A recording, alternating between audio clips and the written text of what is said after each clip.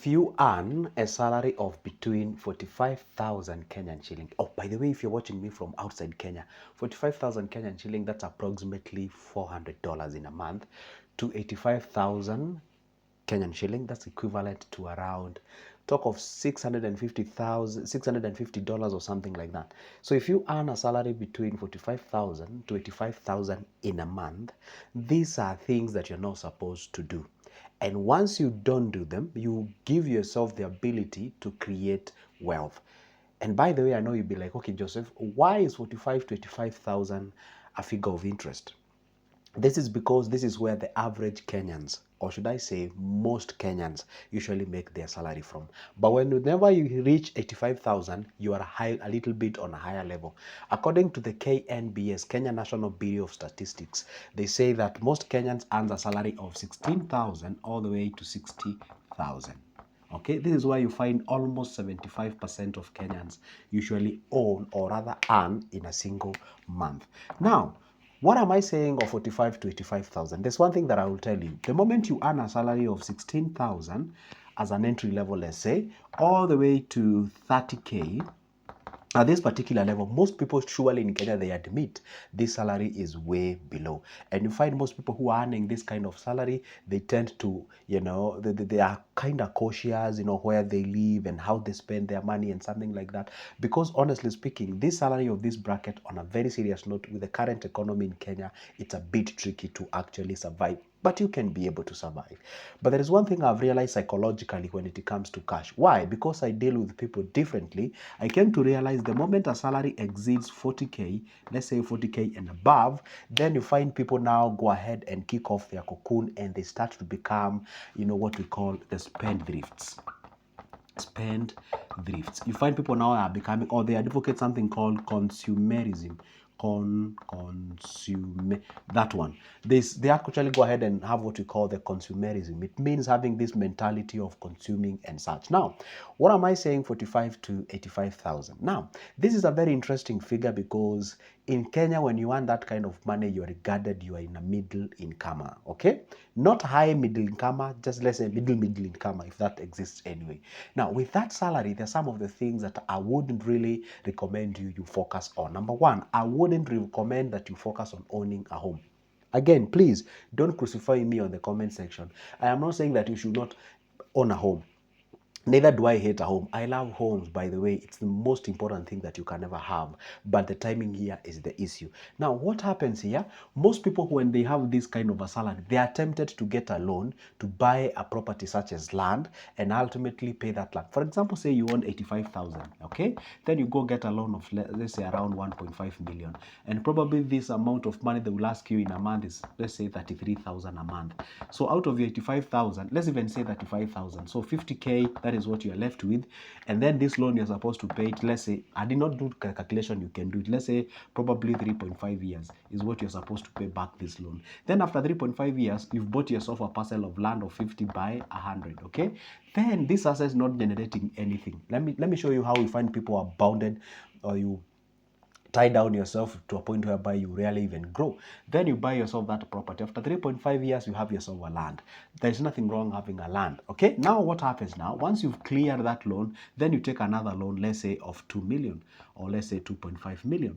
Then once you take that loan, then it takes you another, say, 5 years, okay, to pay back that loan, and then you build yourself a home. Guess what happens now? 5 plus 8, 3.5 years, probably approximately 9 years of your salary is gone in the name of acquisition of a home that does not generate any income. Sure, it does not build wealth, but it actually builds ego. And what happens now? You find yourself that now you're asking, hey, what do I do after this point? I'm telling you this, guys, because I meet with these people almost every time. They tell me, yes, Joseph, I did build a home, but now I feel like things are not going okay. Now, what do you do at this particular level when you're earning this salary? But I have to give a very big disclaimer here. It depends with the level where you are in terms of the age. If you find somebody at their 50s, on a very serious note, that person most likely, I may advise them to go ahead and own a home. But if you find somebody who is at their 30s, at their early 40s, please focus first on having what we call the financial freedom, where you're having the cash flow. By the way, I would rather even tell you to do this. If you go to Nairobi nowadays, we usually have these houses or apartments that they are being bought off plan.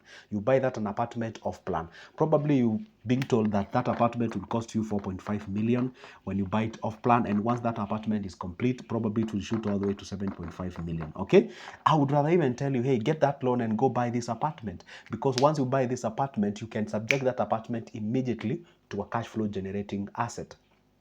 Or if then that is a bit complicated for you, you can simply go ahead and borrow money. By the way, I usually tell people this. If you have to borrow money, please go borrow bigger money as much as you can. You'd rather spread it across the 10-year time, but you go buy yourself a property that is a land and you build yourself some rentals, and then you live in one unit, then the other units are generating you income, then you run it across yourself. Because on a very serious note, let's do a very simple mathematics. Let's say instead of borrowing, say, 1.5 million, you borrow like 4 million. Once you borrow 4 million, because you can get that security via your what do you call, your pay slip. If you borrow 4 million, you can decide to go ahead and buy yourself a property worth $1 million. Then you go buy, you're left with around 3.5, or you can borrow yourself 1.5 million. Then you have 2.5 million. This 2.5 million, then out of the 50 by 100 parcel of land, you can build yourself a property here, maybe let's say 2-bedroom, a very simple 2-bedroom. Then other sections you can build, like let's say 3 units of 1-bedroom. You rent this one, let's say at 6,000 each. 6,000 each, you have 3 of them. Each and every month you have yourself 18k. Why? Because if you borrow 4 million out of say 85,000, that means probably they might ask you to pay around 40,000 per month or whatever, something like that.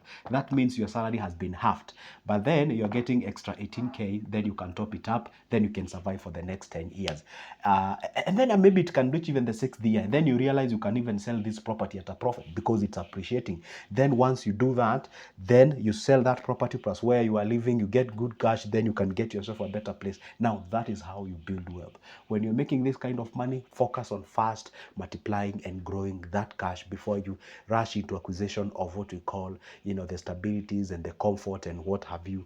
Otherwise, if you do that, it can actually get you into problems. And I have to say this, all what I'm saying here, by the way, you have the right to just ignore this and do whatever you would like. Why? Because we all define wealth in a different way. Let's say ultimately, deep inside of yourself, your ultimate goal is to own a home. That is how you define wealth. Then well and good, just go ahead and own a home. If you truly need that home, if you truly think and believe and you can justify to yourself, owning a home is the ultimate and the biggest goal in your life. So I surrender myself, and I can tell you, please go ahead and be able to own that particular home, regardless of you taking a loan to build this and something like that.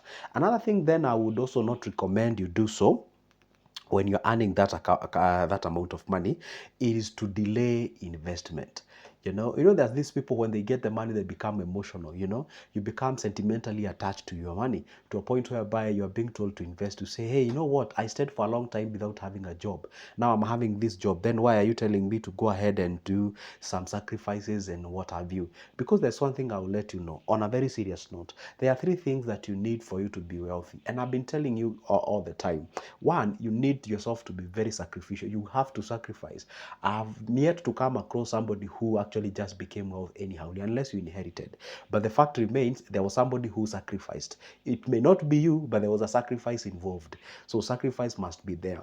The other thing, sacrifice simply means self-denial. Is doing something that is below your capacity, whereas you know that you can do bigger than what you are doing. So sacrifice must be involved. Number 2, I always tell people time is a necessity. And that thing I always tell people, there are very high numbers, or there are very high elements of luck that you need. Well, it depends. For me, I will call it God's blessing. Someone else will call it lucky or something like that. Someone else who is in corruption will call it connection, or whichever. See, you need that element. This is where we say the ducks must be in row, meaning that all the things must fall. Because you can work hard and you don't get it. That's for sure. And that's the mystery about creating wealth. You find some people who even work hard. They work hard from morning to evening. They have not even created wealth. And then you wonder, well, if truly working hard means that you can create wealth, then why are these guys not really making that? So it's about sacrifice, it's about being smart, it's about being lucky or being blessed, so that you can be able to ultimately do that. That's why we had a debate somewhere. Is creating wealth, or is being wealthy or rich, or however you call it, is it a strategy or is it luck? One day, you're gonna open a platform and you're gonna contribute. What do you think about that? Now, the bad thing about the same is that you shouldn't be paying a house rent worth 16,000. Let me put it this on into perspective, okay? One thing that you should avoid when you're earning this amount of money, if truly creating wealth is your target, if you're earning 45,000, don't exceed 16K per month. Don't exceed 16K rent, okay? Don't exceed 16K. If you're earning this, please don't exceed 26K, okay? Just play in between those numbers. Why? The moment you exceed these numbers, you are now above what we call 30% of your total income. But then have you ever sat down and asked yourself, what percentage of your income do you usually pay for your rent? You find somebody earning 45,000 and they are paying a rent worth 19,000. You know, that is close to half of what they are earning. Meaning, let's say if you're being paid per month, and a month is made up of 30 days, let's say approximately, it means a half of, or 15 days, 1, 2, 3, 15 days of your productivity, it is going towards where you live. Can you imagine that? It's just going towards where you live. Half of your time. You know, that can also mean that literally out of the 12 hours that you have, you're actually using or rather out of the 24 hours that you have in a day, you're using 12 of them and you're giving it to somebody else who has invested or something like that, okay? Now, when I'm saying that don't exceed these parameters, or rather don't exceed these numbers, because if you do, you'll actually get yourself in a strenuous. Let's pick an example who is paying a rent of 18K and this person is earning a salary of 45,000. Do you know what happens now? This guy is left with 27K, okay? Excuse me. This person is left with 27K. I hope I did that my math. Yeah, correct. Now, what happens? Now, do what we call the food here, or the groceries, or the shopping, or whatever you call it. Do input yourself here at the transport. Now, another thing is about the personal effects, like buying clothes. Though you may not be able to buy it monthly, but there are always these expenses here and there. You find this person will actually strain a lot to find something to invest. Even if they love my videos, no matter how much, you find that they will actually be having a situation whereby they'll be like, you know what, the money I'm earning is not enough. And then they usually have this blame game or this kind of mentality, you know. I think blame game is a bit harsh. This mentality like, hey, you know what, I'm not saving because I'm earning less. Why else they are not saving because the expenses are too high, and some of the expenses are shakeable, meaning you can shake them off. Now, when you earn a salary less than this amount of money, let's say you earn, let's say you pay a house rent of around because 30% of 45,000, that is approximately 13.5 or ish or something there. Let's even say you pay a house rent worth 14K. 14K out of the 18K that you're paying previously, we have 4K. 4K. Then you can say, like, in short, I'm saying if you're earning 45,000 in a month, if you can manage to save at least 15K in a month, 15K in a month in a period of 4 months, you have yourself, not even 4 months, 3 months, you catch up with the savings of 1 month, because 2 months, that is 30K, 3 months, you have yourself 45,000. So if you can save slightly, let's say 15K to slightly less than that, let's say you save around 13K or something like that. By the way, I usually tell people, if you can give yourself a challenge, save the equivalent of how much you pay for your rent. If you pay 13K, save 13K. I mean, if you truly can pay your landlord 13K, then why don't you pay yourself 13K? Even if it means you sacrificing some of the things out there. And I told you, when you invest, when you save, and it's the only time that you're paying yourself. If you pay 13K, and this is why you find, like, say, if you are paying a house rent of 20,000, if I tell you to save 20,000 and you're earning 45,000, then you realize that living in that particular house rent, it is actually a shoot on the foot. So you have to make sure that you balance those two things out there. So these are nitty-gritties that you are supposed also to take care. And I'm not saying that you should live in a very frowny life whereby you're not even enjoying and something like that.